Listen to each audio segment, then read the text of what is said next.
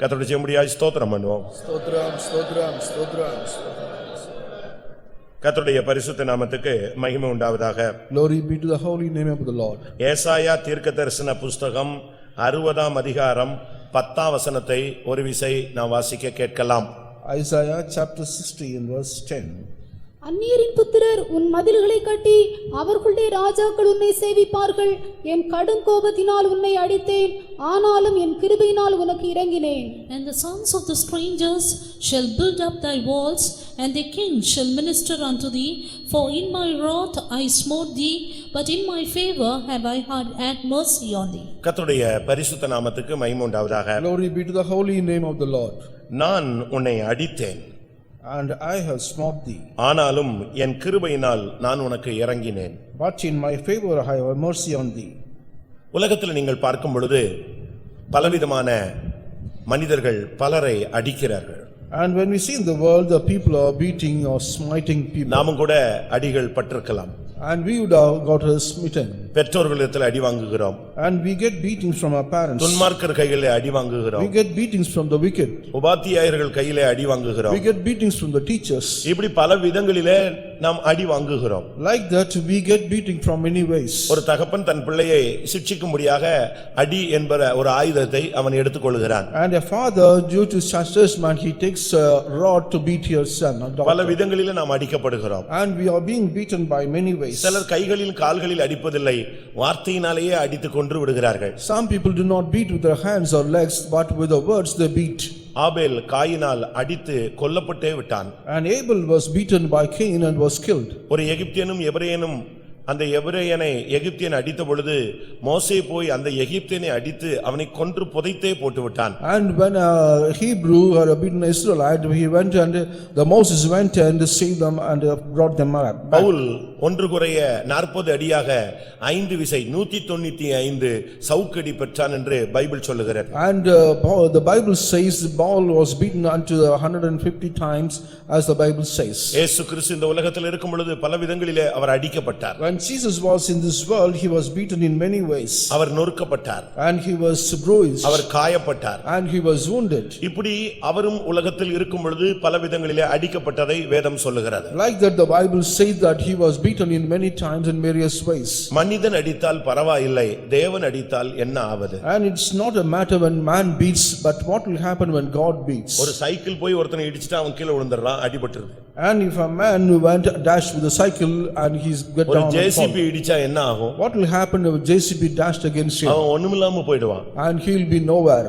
மனிதன் அடித்தால் தாங்கிக் கொள்ளலாம், ஆனால் தேவன் அடித்தால் நம்மால் தாங்க முடியுமா? If a man beats, we can bear that, but when God beats, can we bear that? கடும் கோபத்தினால் நான் உன்னை அடித்தேன். But I smote thee with my and with our walls. சில அடிகளுக்கு நமக்கு காரணம் புரியல, ஏன் தேவன் அடிச்சார்னு நமக்கு தெரியல. But we do not know what's the reason why the Lord has beaten us. ஒரு பையன் தவறு செஞ்ச உடனே அவங்க அப்பா அடிச்சிட்டாரு. If a boy commits a mistake, the father beats him. பையன் கேட்டான், ஏன் அடிச்சீங்க, இப்போ காரணம் சொல்லுன்னு கேட்டான். And the boy asked him, why did you beat me? You tell me the reason.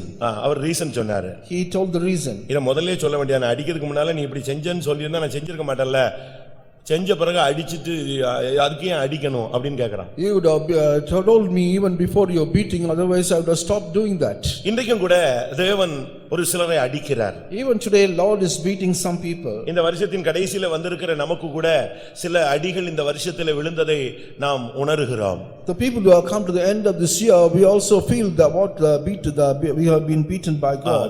நம்மில் अनेகர் இந்த வருஷங்களிலே சில சூழ்நிலைகளில் அடிபட்டவர்களாய் காணப்படுகிறோம். And the last end of this year, many people are found of this beaten state. சில அடிகளுக்கு காரணம் புரிகிறது, சில அடிகளுக்கு காரணம் புரிகிறதில்லை. And we do know the reasons for the beating, and some we do not know the reason. ஒரு மனிதன் கேட்கிறான், என்னை ஏன் அடித்தீர் என்று ஆண்டவரிடம் கேட்கிறான். And a man asked from God, why did you beat me?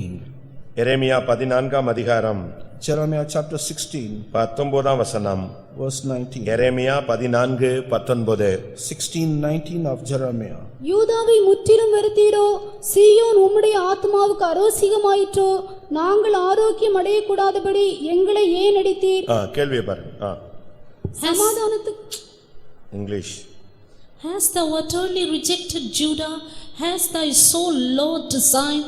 why hast thou smitten us, and there is no healing for us? இங்கே கேள்வி கேட்கப்படுகிறது, நாங்கள் ஆரோக்கியம் அடையக்கூடாதபடி எங்களை தேவனே ஏன் அடித்தீர்? And here a question is being asked, why the Lord has beaten us? பிரியமானவர்களே, தேவன் சில காரியங்களிலே நம்மை அடிக்கிறார்.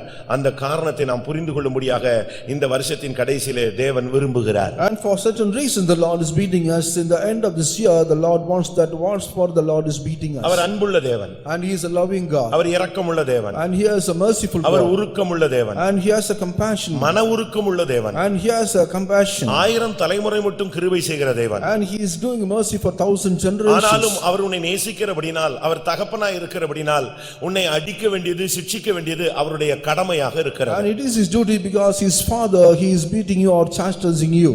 ஆனால் சில நேரங்களில் நாம் அடிக்கப்படும் பொழுது நமக்கு பயங்கரமான நஷ்டம் வந்து விடுகிறது. So at times when our beating we face certain great losses. இந்த வருஷத்துல தேவன் நம்மை அடித்தாரா? And did the Lord beat us this year?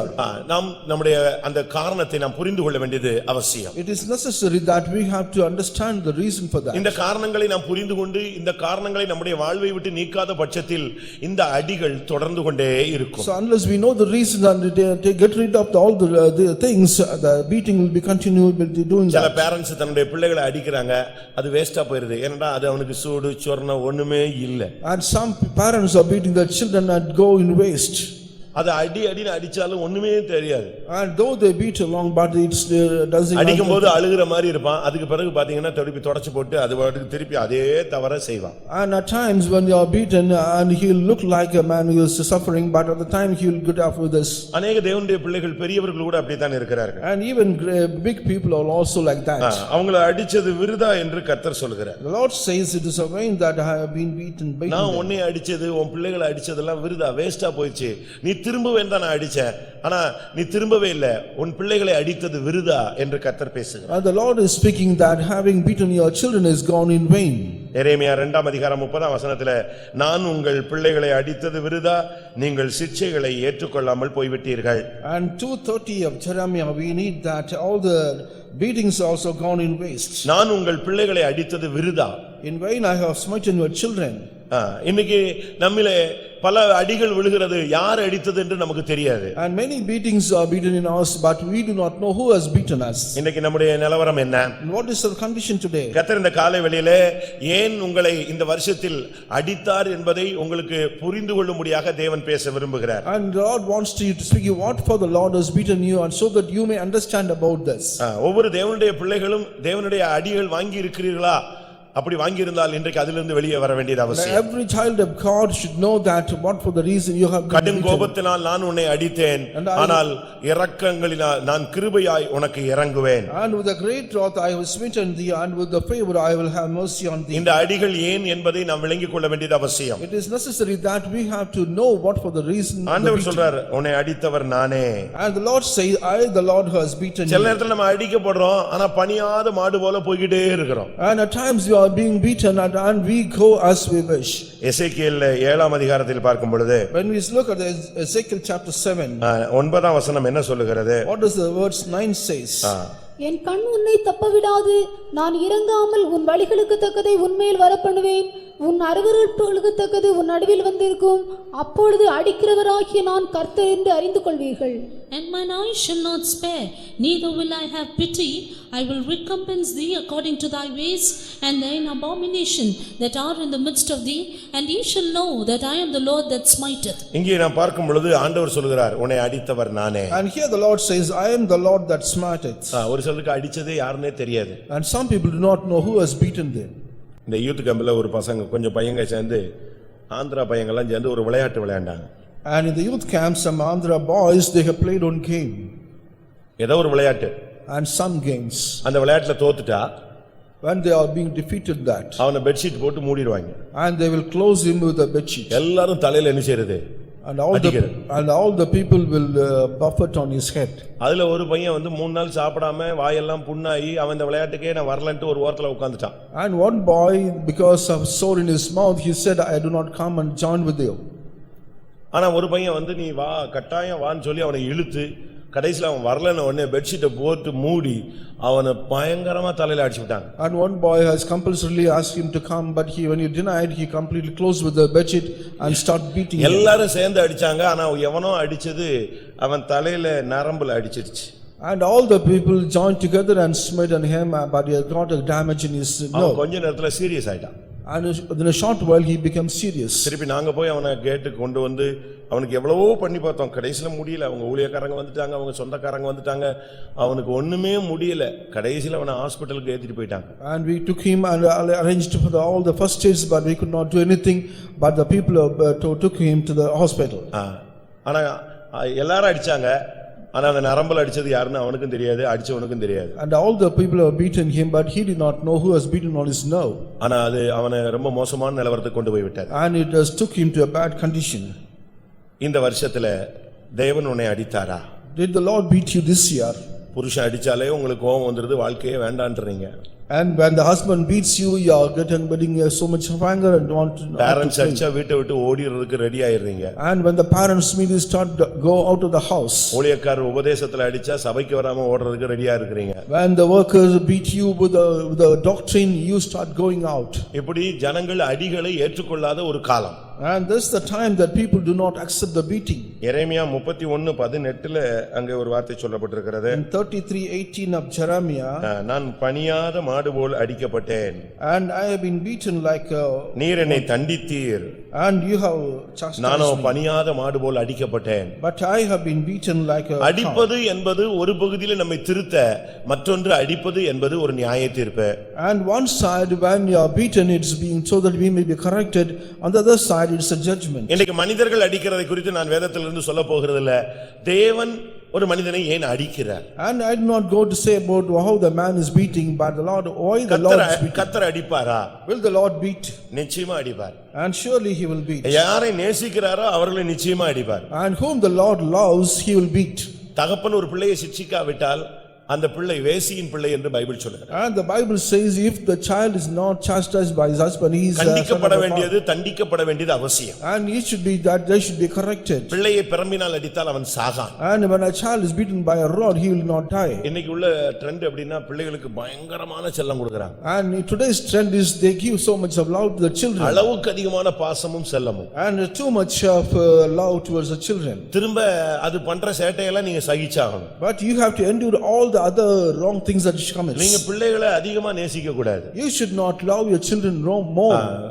கர்த்தரை காட்டிலும் எதை அதிகமா நேசிக்கிறாயோ அது உனக்கு விக்கிரகம். And that you love more than God, it becomes an idol for you. தன் தகப்பனையோ தன் தாயையோ தன் பிள்ளைகளையோ தன் சகோதரியோ என்னிலும் அதிகமா நேசிக்கிறவன் எனக்கு பாத்திரன் அல்ல. இது ஊழியக்காரருக்கு இல்ல, விசுவாசிகளுக்கு உள்ளது. And even for the workers, not only for the workers, even for the believers, if you love more than your husband or wife and children. ஏன்னா ஊழியக்காரன் ஜீவனையே வெறுத்தவன். அவனுக்கு அண்ணன் அக்கான்னு ஒருத்தன் நேசிக்க ஆரம்பிச்சிட்டான்னு சொன்னா ஊழியக்காரனுடைய பிரதிஷ்டை நஷ்டப்பட்டு போய் ஊழியத்தில் இருக்கலாம். And the worker is the one who hates his own life and start loving the other people, and he is not fit for this ministry. பிரியமானவர்களே, தேவனிடத்திலிருந்து நம்ம அடி வாங்க கூடாது. And we should not get any beating from the Lord. தேவனிடத்திலிருந்து அடி வாங்கணும்னு சொன்னா நம்மளால மனுஷனுக்கு அதெல்லாம் சகிக்க முடியாது. And if you start getting beating from the Lord, you cannot bear that. அவர் நேசிக்கிறார், அப்படினால சிட்சிக்கிறார். ஆனா அப்படி சிட்சிக்கிற அளவுல நம்முடைய வாழ்க்கையை அமைத்துக் கொள்ள கூடாது. And he loves us at the same time, he chastises us. We should not give room for the chastisement. அத நான் சொன்னேன், சைக்கிள் இடிச்சாலே கீழ விழுந்து ஒரு மனுஷன் செத்து போயிடுறான். ஜேசிபி வச்சு இடிச்சா இல்ல ட்ரெயின்ல போய் விழுந்தா துண்டு துண்டா நீ போய்டுவே. And if a man getting side with the cycle rickshaw, he is dying. When he goes with the train, what will happen to him? தேவனிடத்திலிருந்து அடிகளை நாம் வாங்கவே கூடாது. We should not get any beating from the Lord. அவருக்கு உகந்தவர்களாய் வாழ்ந்து அவரிடத்திலிருந்து நன்மைகளை தான் நம்ம வாங்கணுமே தவிர அவற்றிலிருந்து அடியை நாம் வாங்கவே கூடாது. And we must live a pleasing life unto him. We should not get any beating from him. தேவன் அடிச்சா என்ன ஆகும்? What will happen if the Lord beats? நம்ம நொறுங்கி போவோம், ஒண்ணுமில்லாம போய்டுவோம். And we will be no more, and we will be nothing. இயேசுவை பிதா அடிச்சார், ஒப்பு கொடுத்தார். And Jesus was led by Father, and the Lord has made. என்ன ஆச்சு? What has happened? பைபிள் சொல்லுகிறது அவரோ பிதாவோ அவரை நொறுக்க சித்தமானார். நொறுக்கனா அப்படியே வச்சு ஒண்ணுமில்லாம ஆக்கிடுறது. And the Father wants to bruise him. 10,000களில் சிறந்தவர், வெண்மையும் சிவப்புமானவர், மனுஷரில் ஒருவரும் பார்க்கக்கூடாத விரும்பத்தக்க ரூபமுடையவராய் அந்த கேடு அடைந்தார். அதுதான் ஆண்டவர் பிதா குமாரனை நொறுக்கின அடிகள். And that is the way that the father has bruised the children, that he was completely bruised. தேவன் நம்மை அடிக்கிற தன்மைகளுக்கு நாம் இடம் கொடுக்க வேண்டாம். And let us not give room for so the Lord may beat us. ஏன் அடிக்கிறார்? Why he is beating? அதுக்கு சில வசனங்களை நான் உங்களுக்கு முன்பாக வைக்க விரும்புகிறேன். I want to keep certain verses before you. இந்த வருஷத்துல இப்படிப்பட்ட அடிகள் நமக்கு விழுந்திருக்கான்னு நம்ம கொஞ்சம் செக் பண்ணி பார்க்கணும். Just to check up whether we have received such kind of beatings in our life. இந்த அடிகள் நமக்குள்ள இருந்தா நம்ம வாழ்க்கை ரொம்ப கஷ்டமா இருக்கும். If you have got such kind of beating, our life will be very hard. இரண்டாம் சாமுவேல் 6ஆம் அதிகாரத்தை பார்க்கும் பொழுது, When we look in 2 Samuel chapter 6, 7-8 வசனங்களிலே பெட்டி அசைந்தது, ஊசா கையை நீட்டி அதை தொட்டான், கர்த்தர் அவனை அடித்தார், அவன் அங்கே செத்தான். and in chapter 7 verse when we read that when he touched the ark, the Uzzah touched the ark, the Lord has beat him and he was slain. தாவீதுக்கு கர்த்தருடைய பெட்டியை தன்னுடைய ராஜ்யத்துக்கு கொண்டு வர ஆசை. And David had a desire to bring the ark of the Lord to his place. அதற்காக அதை கொண்டு வந்தான்.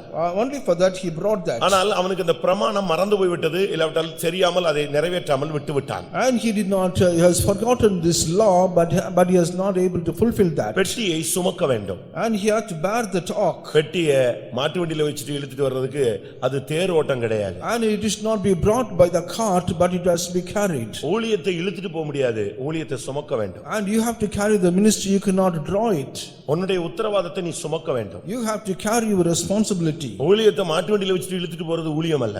And taking the ministry in the cart, it's not a கர்த்தருடைய ministry. பெட்டியை நீ சுமக்க வேண்டும். You have to carry the ark of the Lord. உனக்கு கொடுத்த உத்தரவாதத்தை நீ சுமக்க வேண்டும். You have to carry your responsibility that உன்னுடைய is given. குடும்பத்தை நீ சுமக்க வேண்டும். You have to carry your உன்னுடைய family. ஊழியத்தை நீ சுமக்க வேண்டும். You have to carry your உன்னுடைய ministry. விசுவாசத்தை நீ சுமக்க You வேண்டும். have to carry your faith. உன்னுடைய பரிசுத்தத்தை சுமக்க You வேண்டும். have to carry your holiness. ஒருவர் பாரத்தை ஒருவர் சுமந்து கிறிஸ்துவின் பிரமாணத்தை நிறைவேற்றுங்கள் என்று கலாத்தியர் 6:2 சொல்லுகிறது. In 6:2 of Galatians we stand, we have to bear one another's all the burdens. கிறிஸ்துவின் பிரமாணம் என்பது ஒருவர் பாரத்தை ஒருவர் சுமப்பது. The law of the Christ is bearing one another's கர்த்தருடைய burdens. ஊழியத்தை நீங்க சுமக்கிறீங்களா, சும்மா ரோட்ல போட்டு இழுத்துட்டு வர்றீங்களா? Are you able to carry the cross, or are you bringing in the cart? சிலுவை சுமக்கும்படியாக அழைக்கப்பட்ட நீ இந்த வருஷத்தில் சிலுவையை சுமந்தாயா, இல்லாவிட்டால் சிலுவையை யார் தோளிலேயாவது ஏற்றிவிட்டு நீ நடந்து வந்தாயா? The one who is appointed to carry the cross, whether you carry the cross or you given to someone and you are drawing. தன் சிலுவையை சுமந்து கொண்டு என்னை பின்பற்றாதவன் எனக்கு சீஷன் அல்ல. And he that not bearing the cross for me, he is not a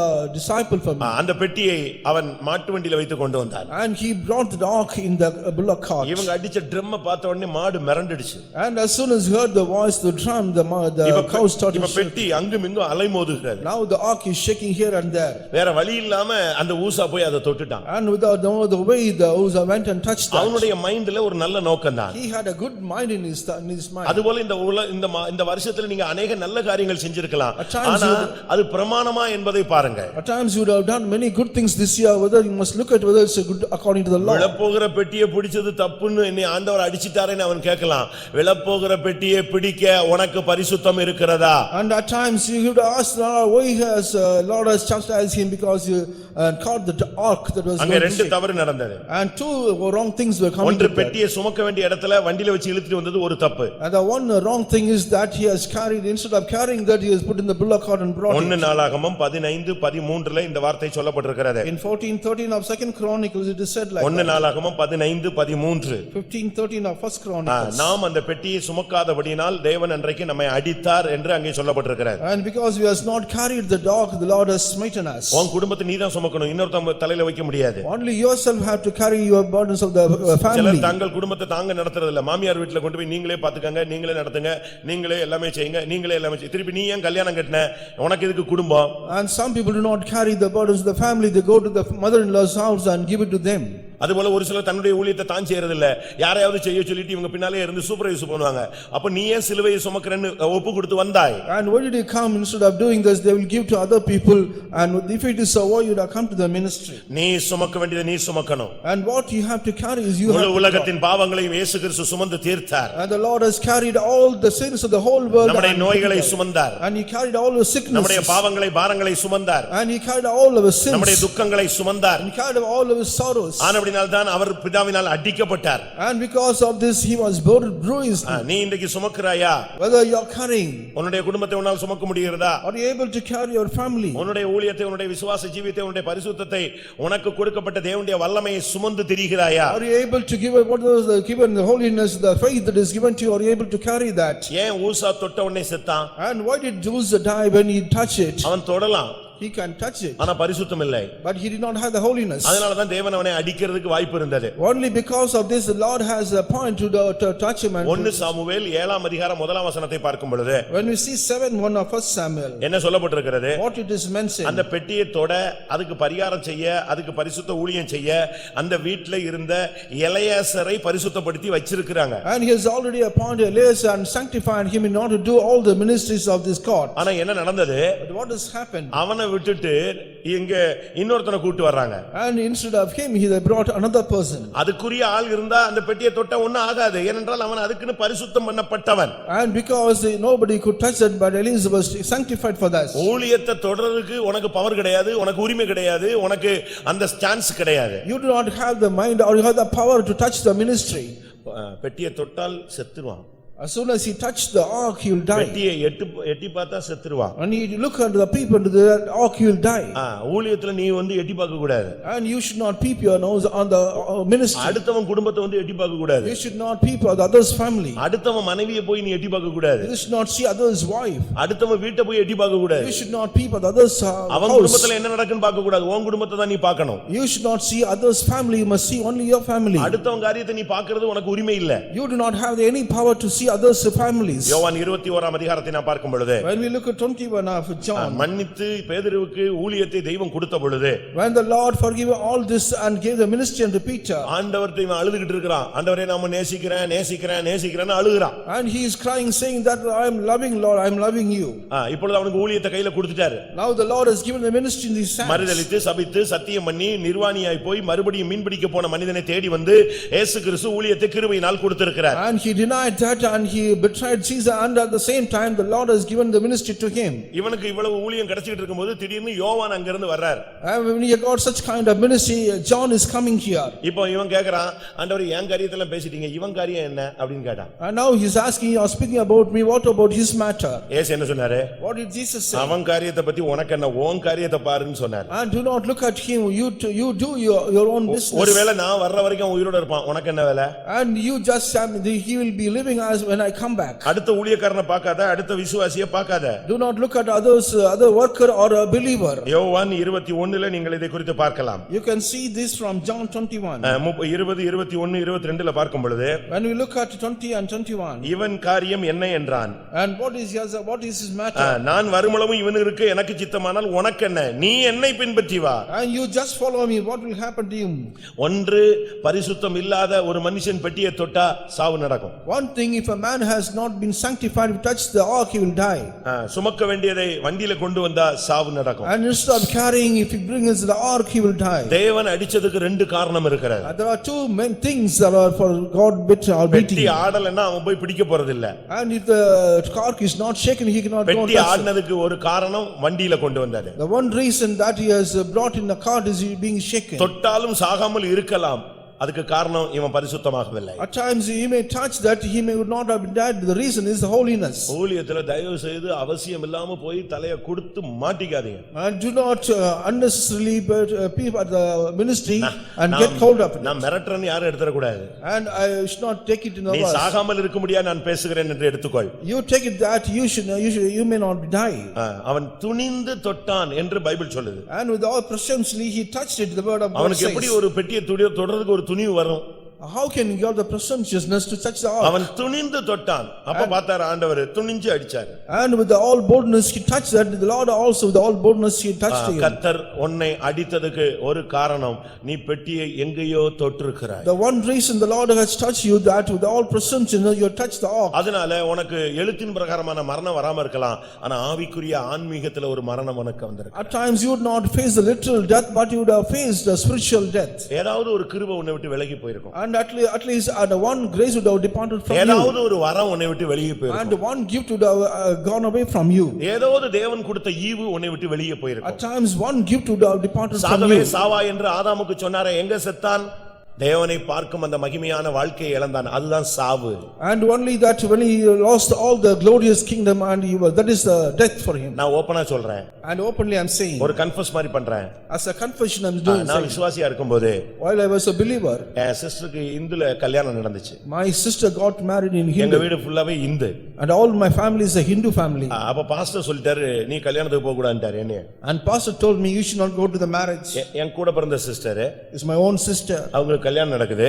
And he's getting married. Pastor சொல்லிட்டாரு நீ போக கூடாது. Pastor said you should not go. நான் ரொம்ப சின்ன பையன். I was a small boy. என்ன பண்ண முடியும்? What can I do then? நடத்திப்புக்காரங்க அவங்க வெளிப்படுத்தலோட பேச நீ போகாத. And the leaders say with guidance they say you should not go. அப்ப எங்க அண்ணன் சொன்னாரு My brother told me. நான் ரிசெப்ஷனை பார்க்கறேன் நீ கல்யாணத்துக்கு போன்னு சொல்றாரு. And he said I will take care of the reception you go to the marriage. இப்ப பாஸ்டர் சொல்றாரு நீ போகாதன்னு சொல்றாரு. The pastor says you should not go. அப்ப நான் சொன்னேன் நான் ரிசெப்ஷன் பார்க்கறேன் நீங்க போய்டுங்கன்னு சொன்னேன். And I told him I take care of the reception you go to the marriage. கொஞ்ச நேரத்துல என்ன நடந்தது? What will happen? What has happened? சாப்பாடு அதெல்லாம் அவங்கவங்க ரெடி பண்ணிட்டாங்க. ஆனா ரிசெப்ஷன் உடனே கொஞ்ச நேரத்துல என் கூட 2-3 ஃப்ரெண்ட்ஸ் இருந்தாங்க. இவங்க எல்லாம் சேர்ந்து அப்படியே கொஞ்சம் கொஞ்சமா இறங்கி டைம் ஆக டெக்கரேஷன் பண்ண ஆரம்பிச்சிட்டோம். And within a short time all my friends started decorating the thing. கொஞ்ச நேரத்துல டெக்கரேஷன் ஜாஸ்தி ஆயிடுச்சு. Now the decoration is over. திடீர்னு ஒருத்தன் சொன்னா பட்டாசு போட்டுறலாம்னு சொன்னா. And people are going to make the crackers. இப்படி ஒண்ணா டெவலப் ஆயிட்டே இருக்கு. உலகம் உள்ள வந்துட்டே இருக்கு. And something is developing and the world is entering here. எல்லாம் பக்கா இந்துக்கள். And all the Paka Hindus. இப்ப கல்யாணம் முடிஞ்சு என் சிஸ்டரும் ஹஸ்பண்டும் உள்ள வர்றாங்க. Now the marriage is over, my sister and the husband is coming. அப்ப பட்டுன்னு என்ன சொல்லிட்டாங்க? நீ மோதிரம் போட்டுரு அப்படின்னு சொல்லிட்டாங்க. Within a short while they said you put the ring there. எனக்கு அந்த சின்ன வயசு அபிஷேகம் இருக்கு. ஆனா அந்த பகுத்தறிவு இல்லாதனால பட்டுன்னு அந்த நேரத்துல கொடுத்த உடனே டப்புன்னு எடுத்து போட்டுட்டேன். I have the anointing because I did not have the discerning. Immediately I took the ring and gave them. அந்த வாரம் காத்திருப்பு கூடத்துல போய் உட்கார்ந்தேன். And that week I went to the tarrying meeting and sat there. ஆவியானவர் இறங்கவே இல்ல. And the Holy Spirit did not descend upon me. ஒரு 1.5 மணி நேரம் நான் அப்படியே மிதந்துகிட்டு இருப்பேன். And 1.5 hours I used to float on that. அபிஷேகம் அப்படியே கொட்டும். And the anointing will be pouring. தரிசனம் வந்து பட்டு பட்டு பட்டு பட்டுன்னு வந்துட்டு இருக்கும். ஒரு காத்திருப்பு கூடத்துல ஒரு 30-40 தரிசனம் எழுதி வைப்பேன். முடிஞ்ச பிறகு டைம் சொன்ன உடனே சொல்லுவேன். அநேகர் அதுல touch பண்ணப்படுவாங்க. And I would have seen so many 30 or 40 visions in the tarrying meeting. I used to record it. All the people I'll come and tell them. ஊழியக்காரர் கூட விசிட்டிங் போவேன். I'll go to the visiting with along the வீடுகள்ல ஜெபம் பண்ணுவோம். And used to pray in the outside. முடிஞ்ச உடனே வெளிய வந்த உடனே சொல்லுவேன் இன்னைக்கு இந்த வீட்ல இந்த தரிசனம் கிடைச்சதுன்னு. And I immediately I will tell I got a vision about this family. அப்படி ஒரு விஷன் எனக்கு இருந்துச்சு. I got such kind of vision. அன்னைக்கு அபிஷேகமே இல்ல. On the day I did not have any anointing. நான் இந்த சைடுல உட்கார்ந்து அழுகுறேன். கல்யாணம் கட்டிட்டு வந்த எங்க அக்கா வந்து அங்க உட்கார்ந்து அழுகுறா. என்னைய கல்யாண மண்டபத்துலன்னு சொல்லிட்டு கொண்டு போய் சங்கரன் கோயில்ல இந்து கோயில்ல வச்சு கல்யாணம் கட்டி வச்சிட்டானுங்க. And my sister is crying on the other side. I am crying this side. And my sister is saying that I got married in Hinduism. நான் இன்னைக்கு சொல்றேன். And today I am telling. அன்னைக்கு போன தரிசன வரம் அன்னையோட என்னை விட்டு போயிடுச்சு. இது வரைக்கும் எனக்கு இல்ல. இன்னைக்கு வர்றதெல்லாம் ஒரு கிளிப்பிங்ஸ் மாதிரி வருது. The vision that I had on the time had departed from me. Till then I got rest or I got back that. நான் திரும்பவும் சொல்றேன். Again I want to say that. 34 வருஷம் ஆச்சு. 34 years passed. அந்த வரங்கள் என்னை விட்டு போனது. My gift has left from me. இப்போ வர்றதெல்லாம் கிளிப்பிங்ஸ் மாதிரி ஒரு சின்ன டப்னு ஏதோ லேசா கிடைக்கும். அதுலயே பாஸ்டர் நல்லா பேசுறாருன்னு வா. Now we got only அன்னைக்கு இருந்தது எனக்கு இருந்திருந்தா எவ்வளவு நலமா இருக்கும். And how would have been more happy that what I had in the before time. அன்னையோட போயிச்சு. On the same day I was crying. மணிக்கணக்கா அழுதே.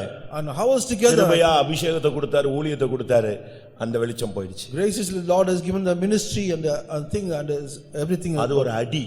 It's a great beating. எனக்கு விழுந்த ஒரு அடி, அது மரண அடி மாதிரி. And it's a great beating. எதுக்கு இதை சொல்லுகிறேன்? Why do I want to say this? நீங்களும் கூட சூழ்நிலையில இப்படி போய் எங்கயாவது பெட்டியை தொட்டிருப்பீங்க, என்னத்தையாவது பண்ணிடுவீங்க. The circumstances you would have gone to the and also touched the ark. அன்னையோட உன் கிருபை உன்னை விட்டு போயிடும். அது ஒரு மரணம். On the same day the grace would have left him. There's a death. அந்த பெட்டியை தொட்டபடினால் அன்னைக்கு அவனுக்கு சாவு. Because he touched the ark there was a death in him. மிஞ்சின காரியங்கள்ல தலையிட கூடாது. And do not interfere in any of the matter. பெரிய காரியங்கள்ல தலையிட கூடாது. Do not interfere in a great matter. ஸ்தோத்திரம் பண்ணிட்டு எஸ்கேப் ஆயிடணும். அந்த இடத்தை விட்டு எஸ்கேப் ஆயி ஓடியே ஜீவன் தப்ப ஓடிடணும். And praise God and run away for your life. 2 நாளாகமம் 2 Chronicles 26 அதிகாரம் chapter 26. 20 வசனத்தை பார்க்கும் பொழுது When you look at verse 20. உசியா என்கிற மனிதன் தேவனால் அடிக்கப்பட்டான். And Uzziah was a man who was beaten by God. அவன் எதற்காக அடிக்கப்பட்டான்? What for he was beaten? அவனுடைய வாழ்க்கையில் நடந்த கேடு என்ன? And what was the wrong thing that has அவனுக்கு happened? கர்த்தர் ராஜா அபிஷேகம் கொடுத்திருந்தார். Lord gave him the anointing of a king. ராஜாவாக இருந்து அவன் ஊழியம் செய்ய வேண்டிய, தேவனுக்காக செயல்பட வேண்டிய ஒரு மனிதன். And being as a king, he is the man, he should work for the Lord. கர்த்தர் தன்னை அடித்ததினால் அவன் தேவ சமூகத்தை விட்டு வெளியே போக தீவிரப்பட்டான். And because the Lord has beaten him, he started to go out of the presence of God. எப்படி இருக்குன்னு பாருங்க. Just think of. தேவன் அவனை அடித்ததினால ஆலயத்தை விட்டுட்டு வெளியே ஓடுறான். Because the Lord has beaten him, he is running away from the temple of God. ஏன் அடிபட்டுட்டு ஓடுற? And why you are getting beating and running out? உன்னுடைய ஊழியம் என்ன? What is your ministry? நீ ராஜாவா இருந்து தேசத்தின் ஜனங்களை ஆளுகை செய்வது, நியாயம் செய்வது. And being as a king, you should judge in the nation. அதை விட்டுட்டு போய் தூப கலசத்தை தூக்கிட்டு நேரா ஆல்டருக்குள்ள பூந்துட்டான். And instead of that, he went to the temple of God and took the incense and went to the altar. அன்றைக்கு கர்த்தர் அவனை அடித்தார். On the day குஷ்டரோகியாக வெளியே ஓடினான். And he, on the Lord had beat him, ran away as a leper. செய்து நீங்கள் எந்த விஷயத்திலும் பெருமை பாராட்டி நீங்கள் விழுந்து விடக்கூடாது. On any matter, do not boast and you fall down. கர்த்தர் உனக்கு கிருபை தருவார். Lord will give you grace. வரங்கள் தருவார். Lord give you ஆசீர்வாதம் தருவார். Lord will give you a blessing. அதுல தயவு செய்து பெருமை பாராட்டி அடுத்த ஸ்டெப்புக்கு ஏறி போய்டாதீங்க. Do not boast and go to the other step. அது நம்முடைய வாழ்க்கையில ஒரு பெரிய தோல்வியை கொண்டு வரும். It will bring a great defeat in our life. உசியாவினுடைய வீழ்ச்சிக்கு காரணம் அவன் தேவாலயத்துக்குள்ளே துணிஞ்சு உள்ள போனதுதான். The reason for the defeat of the fall of Elijah was that he went presumptuously in the presence of God. ஆசாரியன் சொன்னான், இது உனக்கு லபியாது. And the priest said, it is not worthy for you. வேண்டாம். Do not go there. நீ ரொம்ப முஞ்சி போகிறாய். And you go more. இது உனக்கு நல்லா இருக்காது. It's not be good for you. இவன் அதெல்லாம் தூக்கி போட்டு உள்ள போய்ட்டான். But he threw it away and went inside. இப்ப அவனே அடிபட்டுட்டு வெளியே ஓடி வரான். Now he is got a beating and is running off. குஷ்டரோகத்தினால வெளியே ஓடி வந்தான். And because of the leprosy he ran off. சமீபத்துல நான் ஒரு பையனை பத்தி கேள்விப்பட்டேன். Recently I heard about a boy. அருமையான பையன். It's a very good boy. அழகா இருப்பான். It's a very beautiful boy. அவனுக்கு ஒரு உபதேசம் கொடுக்கப்பட்டது, நீ ஊழியத்துக்கு வராவிட்டாலும் விவாகமாகாமலே கடைசி வரை நீ இருக்கலாம். Though you do not come to the ministry, you can remain as a bachelor. Pavul சொல்றார் இல்லையா, எல்லாரும் என்னை போல இருக்க வேண்டும் என்று. அப்படி ஒரு பாஸ்டர் பிரசங்கம் பண்ணாரு. அந்த உபதேசத்தின்படி அவன் கல்யாணமே கட்டாம ஊழியத்துக்கு வர மாட்டான். ஆனா கல்யாணம் கட்டாமலே இருந்தான். And as Paul preached, if it is good that all the people like me, in that sense that he also said, I will not come to the ஊழியத்துக்கு ரொம்ப ministry. சப்போர்ட்டிவான பையன். But he was very supportive of the ministry. அவங்க சிஸ்டர்லாம் ஊழியத்துல இருந்தாங்க. His sister were all in the ministry. இவன் நல்ல வைராக்கியமான பையன். And he was a man with a good zeal. நமக்கு ஊழியத்துல கூடயே நிப்பான். He will all be in the right hand in my ministry. ஆனா காலங்கள் போன பொழுது இவனுக்குள்ள சில வீழ்ச்சிகள். And the days go by, but இவன் நல்லா இருக்கும்போது ஒரு இந்து பையனுக்கு இத மாதிரி ஊழியம் கிடையாதுன்னு சொல்லிருக்கான். And when he was all right, he said to the Hindu boy, there is இத no மாதிரி ministry சபை like- கிடையாதுன்னு சொல்லிருக்கான். And no, the church is like this. இத மாதிரி ஊழியக்காரங்களை எங்கேயுமே பார்க்க முடியாதுன்னு சொல்லிருக்கான். And he said, though we cannot see any of the workers like அத this. கேட்டு ஒரு இந்து பையன் ரட்சிக்கப்பட்டுட்டான். Hearing this, one Hindu boy was saved. ஆனா இப்போ இவனுக்குள்ள வீழ்ச்சி. Now he has a great fall in his life. இவனுடைய தொடர்புகள் எல்லாம் வித்தியாசமாயிடுச்சு. And all his connections got root disturbed. எல்லாம் மாறி போயிடுச்சு. All his route has gone away. ஒரு விசுவாசி கடை வாசல்ல உட்கார்ந்து இவன் பேசிட்டு இருக்கான். And being seated in the gate of believers shop, he was அதே speaking. இந்து பையனும் இவனும் உட்கார்ந்து The பேசுறான். same Hindu boy and himself was speaking. கடையுடைய ஓனர் விசுவாசி, அவன் உள்ள இருக்கான். And the owner of the shop is a believer, he is inside. அதே இந்து பையன் ரட்சிக்கப்பட்ட பையன்ட்ட இவன் சொல்றான், முந்தி மாதிரிலாம் ஊழியக்காரங்க இல்ல, முந்தி மாதிரிலாம் ஊழியம் இல்ல, நம்ம சபை அப்படிலாம் இல்ல, இப்போ ஒண்ணுமில்லாம போயிருச்சு அப்படின்னு அவன்கிட்ட சொல்றான். With the same boy whom he said that the ministry is not as before, the work servants of God also are not as like before. அப்ப அந்த பையன் சொல்றான், நீங்க தானே இதுதான் ஊழியன்னு சொன்னீங்க, இதான் ஊழியக்காரங்கன்னு சொன்னீங்க, இதுதான் சபைன்னு சொன்னீங்க, இப்போ உங்க வாயாலேயே நீங்க மாத்தி பேசுறீங்களா, அது எப்படி சரி? And now the boy said, you only said this is the correct church and this is the correct workers. Now in your own mouth you say this is not good. இப்ப திரும்ப அவன் சொல்றான், Again he says, இல்ல அவங்கள மாதிரிலாம் இவங்க கிடையாது, அந்த ஊழியெல்லாம் இப்ப எவனும் செய்யறது இல்ல அப்படின்னு சொல்லிக்கிட்டு இருக்கும்போதே வாய் இழுத்துருச்சு, கை இழுத்துருச்சு, கால் இழுத்துருச்சு. while he was saying that the workers is not as like before, and started his mouth has gone out of Paralyzed. paralyzed. இழுக்குது, ஒரு காலும் ஒரு கையும் வாயும் இழுக்குது. இவன் என்னங்கறான், இல்ல ஒண்ணு இல்ல தடுமாறி கொளறான். என்னை வீட்டுல கொண்டு போய் விட்டுருங்க, நாங்க தூக்கிட்டு போனாங்க. இது வரைக்கும் சரியா நடக்கல, வருஷம் ஆயிடுச்சு. And mouth and hands got paralyzed, and till day he did not get up from this bed. நான் பண்ணின சுவிசேஷத்தை அல்லாமல் நானே வேற ஒரு சுவிசேஷத்தை பிரசங்கித்தனால் நான் சபிக்கப்பட்டவன் என்று கலாத்தியர் 1 பவுல் பேசுகிறார். நான் பேசின சத்தியத்தையே நான் ரிப்பீட் பண்ணி வேற மாதிரி பேசினேன்னா சாபம் எனக்கு தான். And Galatians 1 is Paul says, if I change my doctrine which I already preached, I am accursed. எப்படி இருக்கும்னு யோசிச்சு பாருங்க. Just think of how it will be. Government வேலையும் போய் வாழ்க்கையும் போய் இழுத்துக்கிட்டு இருக்கிறான் இன்னைக்கு. He lost his government job and he also lost his life. தலைய போடாத, தலைய போடாத. Do not interfere. உன் வீட்ல உள்ளதான போராட்டங்களுக்கு என்ன காரணங்கறதை இன்னைக்கு நான் உனக்கு சொல்லிக்கிட்டு இருக்கிறேன். And I'm saying the reason for all the conflicts and struggles in your நீ family. வாழ்க்கையில முன்னேறாததுக்கு என்ன காரணங்கறதை இப்போ உனக்கு ஆவியானவர் பேசிக்கிட்டு இருக்கிறார். And the Lord is speaking to you what the reason that you இந்த வருஷத்துல எதுக்கு நஷ்டம்ங்கிறதுக்கு காரணத்தை நீ புரிந்து கொள்ள போகிறாய். You are going to understand the reason for your fall in this year. 39ஆம் சங்கீதம் 10ஆம் வசனத்தை பார்க்கும் பொழுது, When you look at Psalms 39:10, இங்கே தாவீது சொல்கிறார், நான் அடிக்கப்படுகிறேன். and David says, I am being smitten. 39:10 வாசிங்க. என்னிலிருந்து உம்முடைய வாதையை எடுத்து போடும், உமது கரத்தின் அடிகளால் நான் சோர்ந்து போனேன். Remove thy stroke away from me, I am consumed by the blow of உமது thine hand. கரத்தின் அடிகளால் நான் சோர்ந்து போகிறேன். I am consumed by the blow of thine hand. தாவீதுக்கு ஒரு வியாதி வந்து விட்டது. David had a sickness. அது ஒரு வாதையாக மாறி போய் விட்டது. It becomes as a plague. இப்ப அவன் சொல்றான், ஐயோ உம்முடைய கரத்தின் அடிகளால் எனக்கு ரொம்ப கஷ்டமா இருக்கு, சோர்ந்து போயிடுறேன், என்னால ஜெபிக்க முடியல, முன்னேறி போக முடியல, எனக்கு ஒரு ரொம்ப சோர்ந்து போற ஒரு சூழ்நிலை உண்டாகி விடுகிறது. And he says, I am very much fainted, I am consumed by the blow of thine hand. இன்னைக்கு எத்தனை பேருக்கு இப்படிப்பட்ட சோர்வுகள் வருது? How many of you get such kind of faintings? ஆண்டவருடைய அடிகள் ஒரு மனிதனுக்கு சோர்வை உண்டாக்குகிறது. The beatings the Lord brings us faint in the life of people. ஒரு சின்ன வார்த்தை பேரண்ட்ஸ் சொல்லிட்டு அந்த பிள்ளைங்க அப்படியே அப்செட் ஆகி வெக்ஸ் ஆகி போய் ஊரை விட்டு ஓடிடுறாங்க, செத்து போயிடுறாங்க. And if the parents say a single word, they are getting pricked with that, and they go out to the house from that place. ஆண்டவருடைய அடிகள் உனக்கு வாதையை உண்டாக்குகிறது. And the beatings of the Lord will bring the plagues to you. இன்னைக்கு நமக்குள்ள எப்படிப்பட்ட பாதிப்புகள் இருக்கிறது என்பதை நீங்கள் யோசித்து பாருங்க. You just examine yourself what kind of feeling we ஏன் have. நமக்கு அடிகள்? Why for the beatings? குடிகாரனுக்கு தான் காரணமில்லாத காயங்கள், காரணமில்லாத அடிகள். Only the wicked and the drunkard had the ஏன் விசுவாசிகளுக்கு ஊழியர்களுக்கு அடி விழுது? Why should the workers and believers get the beatings? அப்போஸ்தலர் 12ஆம் அதிகாரம் 23ஆம் வசனம். 12:23 of Acts of Apostles. அப்போஸ்தலர் 12:23ல தூதன் வந்து ஒருத்தனை அடிக்கிறான். In 12:23 of Apostle, வாசிங்க.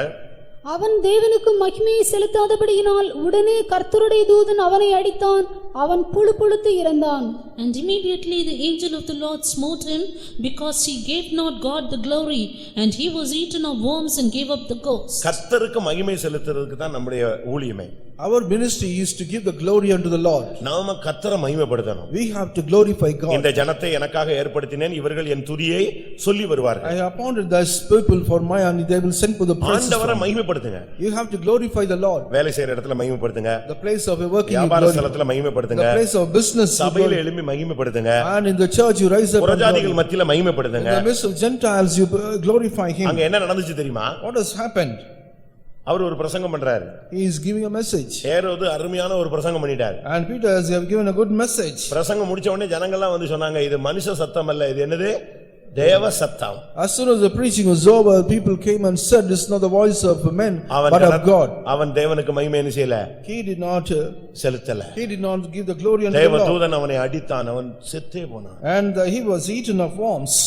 கனத்தை மகிமை கர்த்தருக்கு செலுத்துங்க. And you must say the honor and glory to God. ரொம்ப கவனமா நீங்க இருக்கணும். You must be very much careful. துதியாமலும் ஸ்தோத்திரியாமலும் இருந்து அவர்கள் சிந்தையிலே வீணரானார்கள், உணர்வில்லாத அவருடைய இருதயம் இருள் அடைந்தது. And their minds were darkened because they did not give the glory unto the Lord. ஒருத்தர் பிரசங்கம் பண்ணாராம். One man preached. அருமையான சர்மன், அருமையான sermon. It's a good sermon. அருமையான மெசேஜ் கொடுத்துட்டார். And he had a good sermon. முடிச்சு வந்து உட்கார்ந்தார். Some people sat. உட்கார்ந்த உடனே As soon as the people sat ஒரு there, ஆள் ஓடி வந்தாராம். one person came running. இத மாதிரி பிரசங்கம் எவனுமே பண்ணது கிடையாது. No one has preached like you. நான் ரொம்ப அப்ரிஷியேட் பண்றேன். And he is appreciating so much. நான் முதல்ல வந்து உங்களை வாழ்த்தணும்னு நினைச்சேன் அப்படினு வந்தேன். And first of all, I wanted to come and greet you. உடனே அவர் சொன்னாரா? And he said, அவர் சொன்ன அந்த பிரசங்கி சொன்னாரா? that messenger who said, gave the message said, உங்களுக்கு முன்னாலே ஒருத்தர் வந்து எனக்கு அப்ரிஷியேட் பண்ணி கை கொடுத்துட்டு போயிட்டாரு அப்படினு. and even before you, one person came and appreciated me and இல்லையே, shook hands. நான் தானே முடிச்ச உடனே ஃபர்ஸ்ட் ஓடி வந்திருக்கிறேன். Only myself came before other person. நான் உட்கார்ந்த உடனே பிசாசு வந்து இன்னைக்கு உன்னை மாதிரி எவனுமே பிரசங்கம் பண்ணலன்னு என்கிட்ட சொல்லி கை கொடுத்துட்டு போயிட்டான். As soon நான் as அவனை துரத்தி விட்டுருக்கேன், நீ ரெண்டாவது பிசாசுன்னு சொன்னேன். and as soon as I sat here, the devil came and shook hand with me and said, nobody has preached like you. கனத்தையும் மகிமையும் நம்ம தெய்வத்துக்கு தான் செலுத்தணும். And we have to give the honor and glory only unto the Lord. நம்ம இருப்பது கிருபை. And it is only grace that we are. நிர்மூலமாக அது இருக்கிறது கிருபை. That is that we are not consumed, it is only grace. ஆண்டவர் நமக்கு நீங்க பாருங்க, எவ்வளவு பெரிய பில்டிங்ல கரண்ட் செயல்படுது, ஆனா ஃபியூஸ் என்னது, ஒரு சின்ன கம்பி போட்டு வச்சிருப்பான். And the whole electricity is working only with the piece of wire. அதுபோல ஆண்டவர் கையில ஒரு ஃபியூஸ் வச்சிருக்காரு. அந்த ஃபியூஸ் போட்டா நீ எரிவாய், அந்த ஃபியூஸை உருவிட்டார்னா நீ அணைந்து போவாய். Like that God has hand a fuse of wire in his hand, if you put that you can burn, otherwise he will go off. அதனால நீ கனத்தையும் மகிமையும் கர்த்தருக்கு செலுத்தணும். உனக்கு வேலையில கனம் வரும், பிசினஸ்ல கனம் வரும், உன்னுடைய அழகுக்கு, உன்னுடைய புகழுக்கு, உன்னுடைய திறமைகளுக்கு எல்லாரும் உன்னை புகழ்வாங்க. நீ புரிஞ்சுக்கணும், நம்மள எங்கேயோ மனுஷனுக்கு உண்டாகிற புகழ்ச்சி அவனுக்கு உண்டாகிற சோதனை. And for all your benefits, for all the position the Lord is giving, you must give only the honor unto the Lord. தாழ்த்துங்கள், humble yourself. நீங்கள் உங்களை உயர்த்தும் பொழுது கனத்தையும் மகிமையும் கர்த்தருக்கு செலுத்தாம நீங்க எடுத்துக்கொள்ளும் பொழுது அடி விழுது. When you are being exalted, if you take the honor and glory for yourself, you get the beating. 2 Samuel 2 Samuel 12ஆம் அதிகாரம் chapter 12 15ஆம் வசனத்தை பார்க்கும் பொழுது 12:15 when ஒரு we see, பிறந்த பிள்ளையை போட்டு கர்த்தர் அடிச்சு கொன்னுட்டார். and a born child the Lord has beaten and put எப்படி him. இருக்கும்? யாராவது அப்படி செய்வாங்களா? Will anybody do like this? ஒரு பிறந்த குழந்தையை அடிப்பாங்களா? கர்த்தர் சொல்றாரு, அந்த கர்த்தர் அந்த பிள்ளையை அடித்ததினால் அது கேவலமாய் போய் செத்தது. And it is said the Lord has struck the child and has died. அப்பொழுது கர்த்தர் உரியாவின் மனைவி தாவீதுக்கு பெற்ற ஆண் பிள்ளையை அடித்தார், அது வியாதிப்பட்டு கேவலமாயிருந்தது. எப்படி இருக்கும்? கர்த்தர் அதை அடித்தாராம், அது வியாதிப்பட்டு கேவலமா இருந்தது. And the Lord struck the child and it was very sick. கொஞ்ச நேரத்தில் அந்த பிள்ளை செத்து போயிடுச்சு. And within a short while the child died. எப்படி இருக்கும்னு பாருங்க. See how it ஒரு will be. பிள்ளையை தேவன் ஏன் அடிக்கிற? And why the Lord is beating அது the child? பாவமறியாத குழந்தை, That is a sin, that's not known the நன்மை sin. தீமை தெரியாத குழந்தை, And it's not know what is good and தாய் evil. தகப்பன் யாருன்னே தெரியாத ஒரு குழந்தை. And it's what is our father and mother. அதுக்கு காரணம் என்ன? What is the reason? பெற்றோர்கள். Only the parents. பிள்ளைகளுடைய விஷயங்கள்ல பெற்றோர்கள் ரொம்ப கவனமா இருக்கணும். And the matter of the children, parents should be very அவருக்கு careful. எங்க சுவிட்ச் ஆன் பண்ணனும், எங்க சுவிட்ச் ஆஃப் பண்ணனும்னு தெரியும். And must know where you have to put the switch and where the ஒன்னைய switch off. தொட்டா நீ சமாளிச்சுக்குவ. அது அப்படினால யாரை தொடுவாரு? பிள்ளையை டச் பண்ணுவாரு. And if the Lord touch you, you'll be said okay, but when the Lord touch the children, இவன் உபவாசிக்கிறான், and he is fasting. செஞ்ச தப்பெல்லாம் பண்ணிட்டு என்ன உபவாசம் போட்டு என்னங்க பிரயோஜனம்? And what is the use by doing all the sins but he is fasting now? அடிதடி சண்டையை போட்டுட்டு உபவாசம் போட்டா ஏசாயால கேட்கிறது, உபவாசத்தை நீங்கள் உங்கள் முரட்டுத்தனத்தினுடைய கையிலால் குத்துகிறதற்காக உபவாசம் எடுக்கிறீர்கள். And whether you are putting you are fasting only for your quarrels. அப்படிதானே? கரெக்ட் தானே நான் கேட்கிற கேள்வி? முரட்டுத்தனமான கைகளால் குத்துகிறதற்காக நீங்கள் உபவாசம் எடுக்கிறீர்கள். ஏசாயா 58:3 58:3 of Isaiah. நாங்கள் உபவாசம் பண்ணும்போது நீர் நோக்காமல் இருக்கிறது என்ன? நாங்கள் எங்கள் ஆத்துமாக்களை ஒடுக்கும்போது நீர் அதை அறியாமல் இருக்கிறது என்ன என்கிறார்கள். இதோ நீங்கள் உபவாசிக்கும் நாளிலே உங்கள் இச்சையின்படி நடந்து உங்கள் வேலைகளை எல்லாம் கட்டாயமாய் செய்கிறீர்கள். இதோ வழக்குக்கும் வாதுக்கும் துஷ்டத்தனத்தையுடைய கையினால் குத்துகிறதுக்கும் உபவாசிக்கிறீர்கள். எதுக்கு உபவாசம் பாத்தீங்களா? வழக்கு வாது சண்டை போட்டுட்டு சாப்பிட மாட்டாங்க, கேட்டா உபவாசம். You fast for strife and debate. அப்படியா? அது பட்டினி போர். And it's only அது suicide spirit. It's a suicide spirit. Pastor D. Thomas வேத வசனத்தின் ஆதாரத்தோட சொன்னது, ஒரு விசுவாசியோ ஊழியக்காரனோ உபவாச நேரங்கள் இல்லாம யார்ட்டையாவது வருத்தத்தோடு துக்கத்தோடு சண்டை போட்டுட்டு மனபாரத்தோடு அவன் சாப்பிடாம கிடந்தா அதுக்கு பேர் என்னது? தன்னை அழித்துக் கொள்ளக்கூடிய ஒரு தற்கொலையின் ஆவி. அப்படிப்பட்டவர்கள் ஊழியத்தில் இருக்கக்கூடாதுன்னு ஒரு சிலரை வீட்டுக்கே அனுப்பி விட்டார். And you said one person from the ministry saying that you have hunger, you should not hunger because of your have strife with anyone and God grievous in your heart. உங்க வீட்ல இப்படிலாம் யாராவது உபவாசம் எடுக்கிறீங்களா இல்ல எடுத்திருக்கீங்களா? Have you ever taken fasting like this? ஃபாஸ்டிங்ல இப்படிப்பட்ட பட்டினி போராட்டம்லாம் நடத்திருக்கீங்களா? And have you ever put hunger like this? ஒரு ஆத்மாவுக்காக உபவாசம் எடுத்தா பரவாயில்ல. இந்த வருஷம் எத்தனை சுத்திருப்புல பாப்போம் நம்ம, அதெல்லாம் கர்த்தருக்கு சித்தமான. Because God's willing we can see in the sanctification. இங்கே நாம் பார்க்கும் பொழுது தாவீதின் பிள்ளை செத்தது. And here, when you see the தேவன் அவனை அடித்தார். the Lord has struck the அந்த child. குழந்தையை அடிக்கிறதுக்கு அந்த அவனை அடிக்கிறதுக்கு பதிலா அந்த குழந்தை மூலமாக அந்த அடி விழுந்தது. Instead of beating him, the Lord struck the child. காரணம் என்ன? What's the reason? 2 Samuel 12:14. 12:14 of 2 Samuel. ஆனாலும் இந்த காரியத்தினாலே கர்த்தருடைய சத்துருக்கள் தூஷிக்க நீ காரணமாய் இருந்தபடியினால் உனக்கு பிறந்த பிள்ளை நிச்சயமாய் சாகும் என்று சொல்லி நாத்தான் தன் வீட்டுக்கு போய்விட்டான். அங்க பாருங்க, காரணம் கரெக்டா சொல்றாரு. கர்த்தருடைய சத்துருக்கள் தூஷிக்க நீ காரணமா இருந்தபடினால் நான் அந்த பிள்ளையை அடித்தேன். And because by this deed thou hast given great occasions the enemies of the Lord. நல்லா கவனிங்க, சத்துருக்கள் உன்னுடைய புறஜாதிகள் பக்கத்து வீட்டுக்கார உன்னைய கர்த்தரை தூஷிக்கிறதுக்கு இவன்லாம் கோயிலுக்கு போறான் பாரு, பெந்தேகோசுக்கு போறான் பாரு, அங்க போயிட்டு வந்து இப்படி எல்லாம் பண்றானேன்னு உன்னைய பத்தி ஒருத்தன் சொன்னான்னா உனக்கு ஒரு அடி விழும். And if the other neighbors or other people says about blasphemy about God, you will get a beating. அப்படி விழுதா? A beating like this have you ever? கர்த்தருடைய சத்துருக்கள் தேவனை தூஷிக்க நீ காரணம் கொடுக்க கூடாது. You should not be the reason the enemies of the Lord to blaspheme. அப்படி நீ கொடுத்தால் உனக்கு உன் பிள்ளைகளுக்கு அடி விழுறதுக்கு வாய்ப்புகள் இருக்கு. If you give room for this, you will get a beating for under also children. இன்னைக்கு எத்தனை பேர் இப்படிப்பட்ட பாதிப்புகளுக்குள்ள இருக்கிறீர்கள்? How many of you being in such state? துணிஞ்சு பெட்டியை தொட்டால், இல்லாவிட்டால் பரிசுத்தம் இல்லாமல் பெட்டியை தொட்டால், பெட்டியை சுமக்காமல் வண்டியில் இழுத்து வந்தால் உனக்கு அடி உண்டு. And if you touch the ark without sanctification, without presumption, you will get a beating. நீ மேட்டிமை அடைந்து ஊழியத்திலே நீ தலை கொடுத்தால் உனக்கு அடி உண்டு. And having boasted, if you interfere in the ministry, you will get a beating.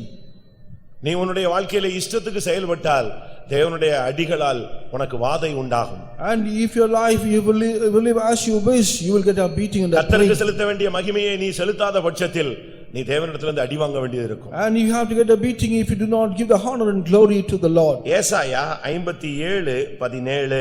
57:17 of Isaiah. ஏசாயா 57:17. 57:17 of Isaiah. நான் அவர்கள் பொருளாசை என்னும் அக்கிரமத்தின் நிமித்தம் கடும் கோபமாகி அவர்களை அடித்தேன். நான் மறைந்து கடும் கோபமாயிருந்தேன், தங்கள் மனம் போன போக்கிலே மாறுபாடாய் நடந்தார்களே. For the iniquity of his covetousness was I wroth and smote him. I hid me and was wroth, and he went on forwardly in the way of his heart. மனம் போல போக கூடாது.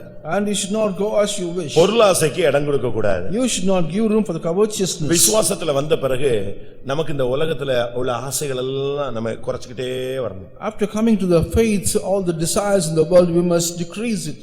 பொருள் ஆசை நமக்கு வரவே கூடாது. We should not get covetousness. பொருட்கள் மேல நம்முடைய கண்ணு போச்சுன்னா நம்முடைய அபிஷேகம் போச்சுன்னு ஒருத்தர் பாடுவார். And if our eyes goes to the things, all our anointing will go. நம்முடைய கண்கள் எங்க போகுது? Where our eyes are going. நீங்க பாருங்க, கடன் வாங்கினாலும் இன்ஸ்டால்மெண்ட் பேசிஸ்லனாலும் பொருளை வாங்கணும், ஒரு நாள் கூட யூஸ் பண்ண மாட்டாங்க. இந்த கல்யாணத்துக்கு நம்ம விசுவாசிகள் கோட்டு போடுறான் பாருங்க, ஒரு நாள் தான் போடுவாங்க. அதுக்கு பிறகு அந்த ஹேங்கர்ல தொங்கும். மதுரையில சும்மா ரோட்ல கோட்டு போட்டு போனா கள்ளத்துக்கு ஏறி வாங்கலாம்.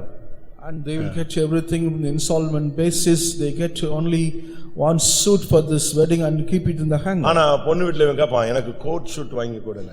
But in the wife's side, he'll ask. நம்ம விசுவாசிகளே கோட் ஷூட் போட்ட ஆணுக்களை கேளுங்க, அதுக்கு பிறகு எத்தனை நாள் போட்டான்னு கேளுங்க. And just ask our believers how long they use that. Pant shirt போட்டுக்கலாம், Can use the pant and shirt. ஆனா இந்த கோட் ஷூட் எங்க போச்சு? When you'll use that coat. அது பாவம், அந்த பொண்ணு வீட்டுக்காரங்க கஷ்டப்பட்டு மாப்பிள்ளைக்காக ஒரு 25,000 18,000 40,000 வாங்கி கொடுத்துருப்பான். அது ஒரு ஹேங்கர்ல தொங்கும். உன் பிள்ளை கல்யாணத்துக்கு எங்க அப்பா கல்யாணத்துக்கு போட்டாருன்னு வேணா சொல்லுவான். And the coat will be hanging in the hanger, and they will be having only up to 25 long years. அப்படிதானே? உண்மைதானே? அதெல்லாம் தேவையே இல்லை. It's not necessary. அது ஒரு பொருளாசை தான். It is a covetousness. அது போல வீட்டுல வாங்கி வச்சிருப்பாங்க. பிள்ளை இப்பதான் பிறந்திருக்கும், 22 வருஷம் கழிச்சு அது கல்யாணம் ஆகும். அதுக்கு இப்பமே சேர்த்து வைக்கிறானா, கடன் வாங்கி சேர்த்து. And they will have all the things by borrowing, and they will gather everything. பொருளாசை என்னும் அக்கிரமத்தினால் நான் உன்னை அடித்தேன், அவர்கள் மனம் போனபடி போய்விட்டார்களே. For the iniquity of this covetousness was a wrath and smote him. They went. பொருளாசை நமக்கு வேண்டாம். We do not like the. நமக்கு இன்னது தேவை என்று தெய்வம் அறிந்திருக்கிறார். God knows what is. அது இன்ன வேளையில் வேண்டும் என்பதையும் தேவன் அறிந்திருக்கிறார். God knows at what time we require that. அந்த டயத்துல கர்த்தர் அதை உனக்கு கரெக்ட்டா கொண்டு வந்து கொடுத்துருவார். And a particular time the Lord will provide. தெரியும் உனக்கு என்ன தேவைங்கிறது கர்த்தருக்கு தெரியும். He knows whatever we need. தன்னுடைய ஒரு ஜெபத்தை குறித்து ஒருத்தன் சொல்லி இருக்கிறாரு. About the prayer one person has mentioned. ஒரு ஜெபம் தேவனிடத்துல போனால் And if a prayer goes to the Lord, அதை அப்படி தூக்கி விடுறது இல்ல.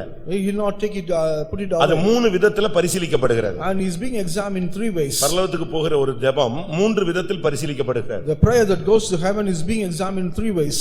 முதலாவது, First of all, இது உகந்த ஜெபமா, whether it's a pleasing prayer, இது இப்போ இவனுக்கு தேவையா, whether he requires it now. இப்போ அவனுக்கு தேவைன்னா உடனே கொடுத்துறாரு. If it is required right now, he will give it.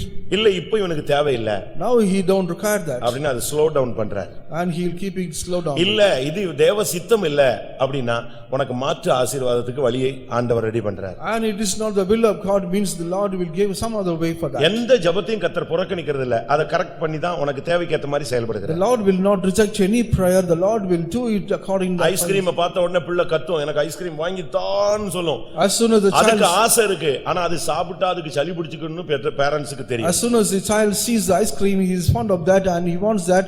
If you give it that, he will get the cold with அவன்கிட்ட that. காசு இருக்கு, ஏன் வாங்கி கொடுக்கல? And why did he not buy it and அந்த give it? பிள்ளையுடைய சரீரத்துக்கு என்ன செய்யாது, ஒத்து வராது. And it is not useful for this body of the child. நான் ஒரு ட்ரெயின்ல போனேன், I went to the train fox மிட்டாய் தூக்கி தின்னுட்டேன். ஃபாக்ஸ் மிட்டாய் இருக்கு ஒரு மிட்டாய், and I ate that fox sweet. எழுத்தாக்குல ஒரு பையன் இருந்தான், அதனால மரியாதைக்காக அந்த பையனுக்கு ஒன்னு கொடுத்துட்டேன்.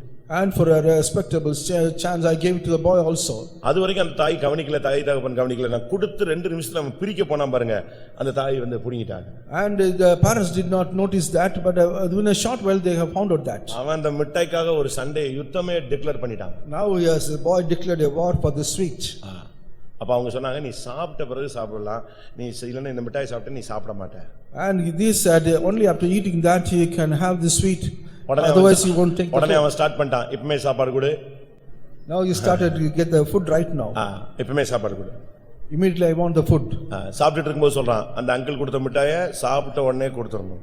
And he immediately says, after I finish eating, you must give back the sweet. அது ஒரு 1/4 மணி நேரம் அந்த பேரண்ட்ஸ் அவன்கிட்ட படாத பாடுபட்டாங்க. And for 15 minutes the parents were suffering. எப்படியோ சாப்பாடு கொடுத்தாச்சு. And somehow that they gave the food. இவன் திருப்பி மிட்டாய்க்கு வந்து நிக்கிறான். And again he comes to them அப்ப அவங்க சொன்னாங்க, கதை கேளு, கொஞ்ச நேரம் அப்பா ஸ்டோரி சொல்லுவாரு, அது சொன்ன பிறகு உனக்கு மிட்டாய் தருவாங்க. You listen for a story from a father, after some time அவனை தூங்க வச்சிரணும்னு அவங்க ட்ரை பண்றாங்க. they are trying some other make him to sleep. இவன் பாதி கதை போயிட்டு இருக்கும்போது, நானும் எதிர்த்தாக்கல தான் உட்கார்ந்திருக்கேன், பாதி கதை போயிட்டு இருக்கும்போது கதை முடிஞ்ச உடனே அந்த அங்கிள் கொடுத்த மிட்டாயை தந்துருவியா? And after the story is over, he is again asking for the sweet. இதேதான் அவன் 100 ட்ரிப் கேட்டுட்டு இருக்கான். நான் கடைசில அவங்க பேரண்ட்ஸ்ட்ட மன்னிப்பு கேட்டேன், தெரியாம கொடுத்துட்டேங்க. And as a pardon from the parents, some other I gave him. அவன் மைண்ட் ஃபுல் அதே இதுல தான் ஓடிக்கிட்டே இருக்கு. His mind is running only for the sweet. திருப்பி ஒரு ஸ்டேஷன் வந்துச்சு, அவனை இறக்கி அதை வாங்கி கொடுத்து இதை வாங்கி கொடுத்து அவனை எப்படியோ மேனேஜ் பண்ணி வண்டியில ஏத்தி கொண்டு வந்து அவனை தூங்க வைக்கிறதுக்கு ட்ரை பண்ணா, எல்லாத்தையும் வாங்கிக்கிட்டு கரெக்டா வந்து உள்ள உட்காந்துட்டு திருப்பி எங்க வந்துட்டான், சுத்தி சுத்தி அந்த ஆவி பிடிச்ச மாதிரி அதிலேயே வந்து நின்னுட்டான். After the station has come, they wanted to provide any other thing, but at last he came again to the street.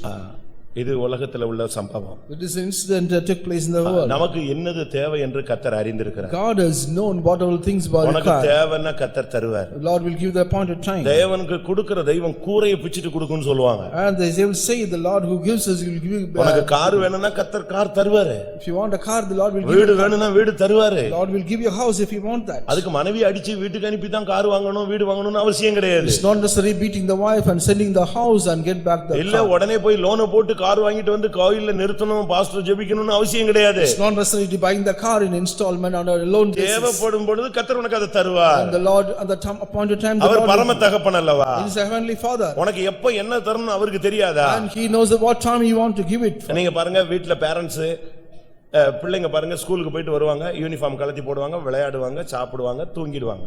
And the parents see that the children are going to children's schools and come back and remove the காலையில எழும்பும்போது அதுக்கு uniform வேணும். Morning again they put the uniform. அதுக்கு அது என்ன நடந்துச்சுன்னு தெரியாது. காலையில எழும்பும்போது uniform நீட்டா வேணும். அதுக்குள்ள அந்த தாய் தூங்குனாலோ சாப்பிட்டாலோ என்ன பண்ணாலோ அவ அதை துவைச்சு போட்டு அழகா ரெடி பண்ணி காலையில ரெடி பண்ணி வச்சிடறா.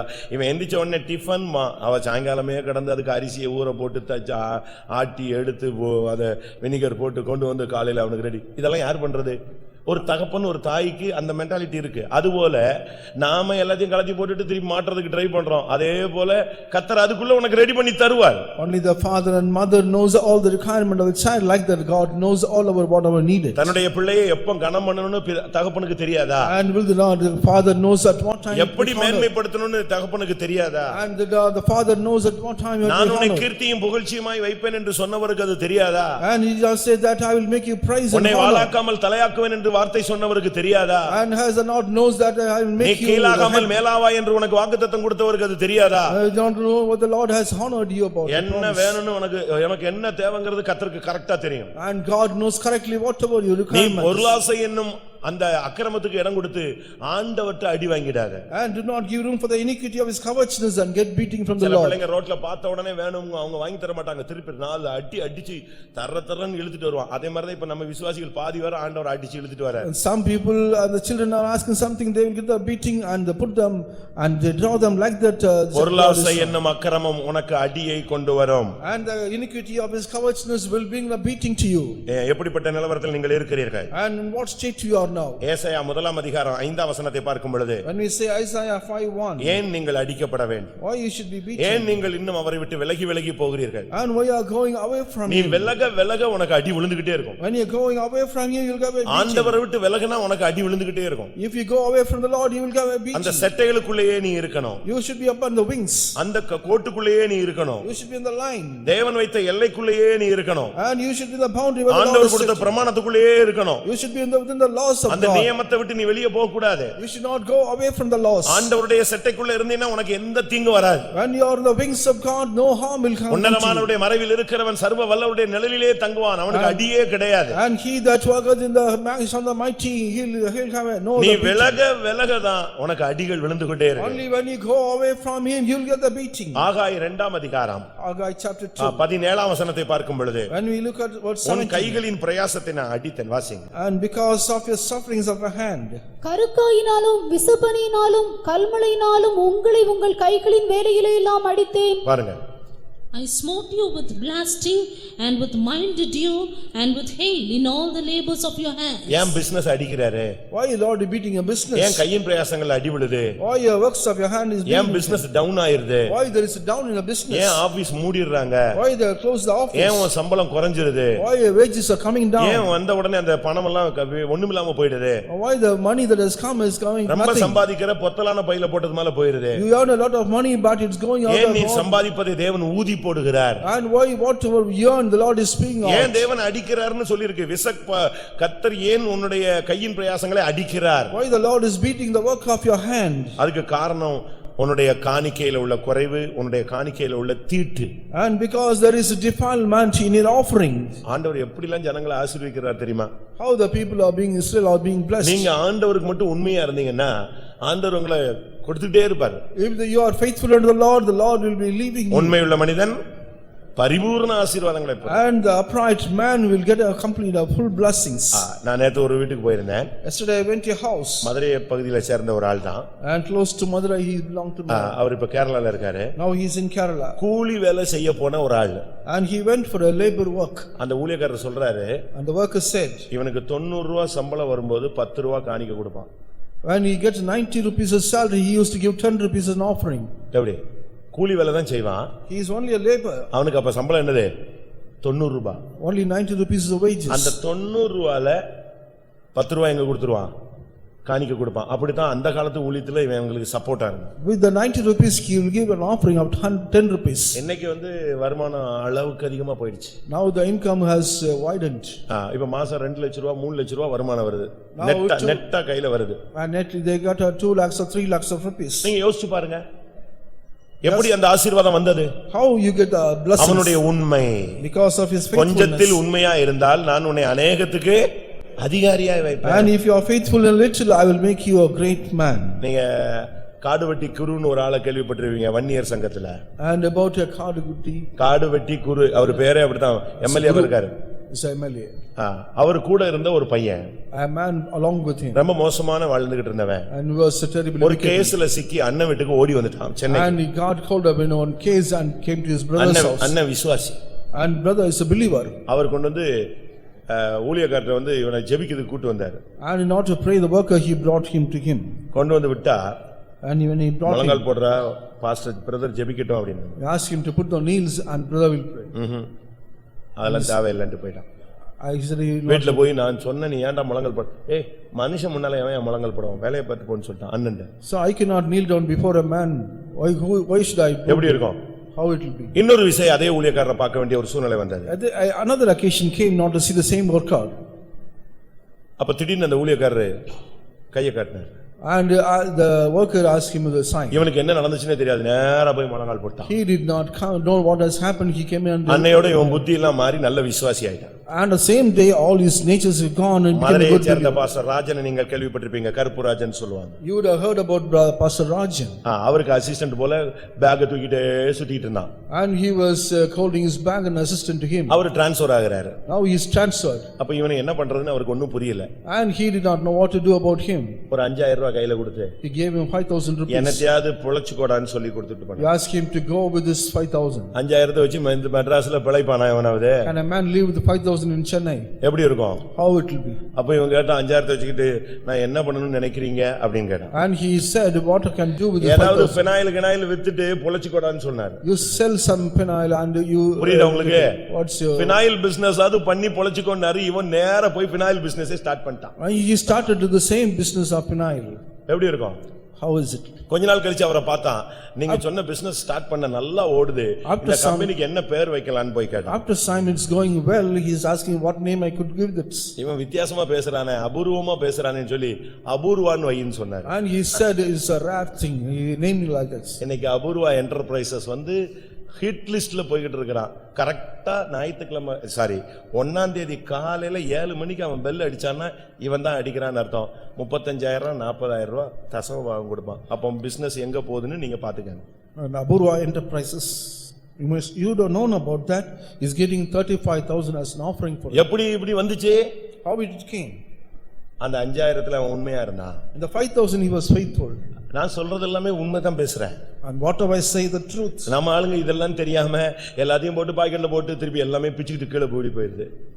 And the people do not aware about this. ஆண்டவருக்கு கொடுக்க வேண்டியதும் பாக்கெட்ல போட்டுறான், வீட்டுக்கு கொடுக்க மனைவிக்கு கொடுக்க வேண்டியதையும் பாக்கெட்ல போட்டுறான், கம்பெனில வேலைக்காரனுக்கு கொடுக்க வேண்டியதையும் பாக்கெட்ல போட்டுறான். எல்லாத்தையும் பாக்கெட்ல போட்டு கடைசில பாக்கெட் கிழிஞ்சு போன பிறகு ஒண்ணுமே இல்லாம வெத்து கையில சுத்திட்டு வரான். He put everything, whatever to give to the church or to the wife, he put everything in the pocket and he went. தசமபாகத்தை கொடுத்து பார், வானத்தின் பலகணிகளை திறந்து நான் உன்னை ஆசீர்வதிக்கிறேனோ இல்லையோ என்று நீ என்னை செக் பண்ணுன்னு சொல்றாரு ஆண்டவர். Lord say you check up me whether I can bless you by giving an offering or tithe to him. நீங்க நினைக்கலாம் இதெல்லாம் வித்தியாசமா பிரசங்கம் பண்றாரு. நான் பைபிள் மட்டும் தான் பேசுறேன். I will speak only the Bible.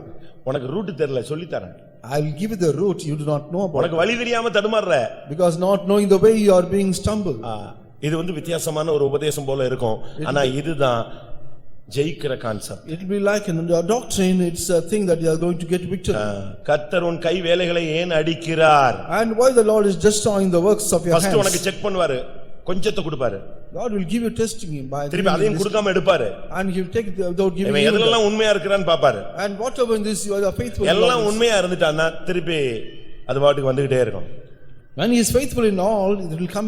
தேவன் உனக்காக எல்லாம் செய்ய ஆயத்தமா இருக்கிறார். And he is ready to do any kind of thing. அவருடைய அடிகளுக்கு நீங்கள் விலகி வாருங்கள். And you come away from his beatings. அவர்ட்ட போய் அடி வாங்கிராதீங்க. Do not get beatings from him. மீகா 6ஆம் அதிகாரத்துல பார்க்கும் பொழுது When we look at Micah chapter 6, அங்கே ஒரு அடி சொல்லப்பட்டிருக்கிறது. there is also a beatings mentioned. இன்னைக்கு நீங்க அடி வாங்குறதுல இருந்து வெளியே வரணும்.